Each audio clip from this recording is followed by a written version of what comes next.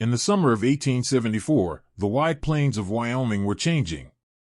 Steel rails were carving across lands that had belonged to the Plains tribes for generations. Freight trains carried lumber, supplies, and settlers, symbols of a new America pushing westward. But not everyone welcomed that change. On a warm afternoon near the Powder River, a freight train steamed along its route, its smoke curling into the sky. The crew expected nothing unusual. The plains were quiet. Too quiet. From the rolling grassland ahead, a small band of Lakota Sioux warriors emerged, swift, disciplined, and determined. They were not outlaws in the typical Western sense. They were defenders of a homeland under pressure, striking at a symbol of intrusion, the railroad. As the train slowed along a grade, the warriors took their chance.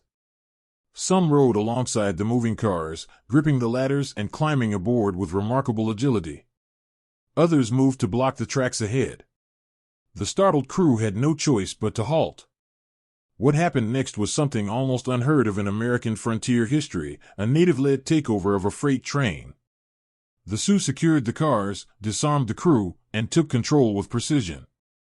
They were not after gold or payroll. Instead, they searched the train for supplies, rifles, ammunition, food, blankets, materials that could sustain their communities and fuel their resistance against encroaching military forces. Witnesses later described the scene as tense, but the Sioux did not harm the crew.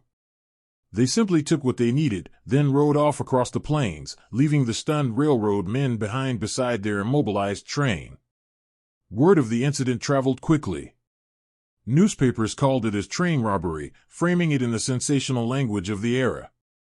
But to the Sioux, it was something far different, an act of survival, a strategic strike in a growing conflict over land, resources, and sovereignty. Though overshadowed by the tales of bandits and outlaws, the 1874 Sioux train robbery remains one of the rare moments when indigenous warriors turned the tools of westward expansion back upon themselves, reminding the nation that the battle for the frontier was far from one-sided.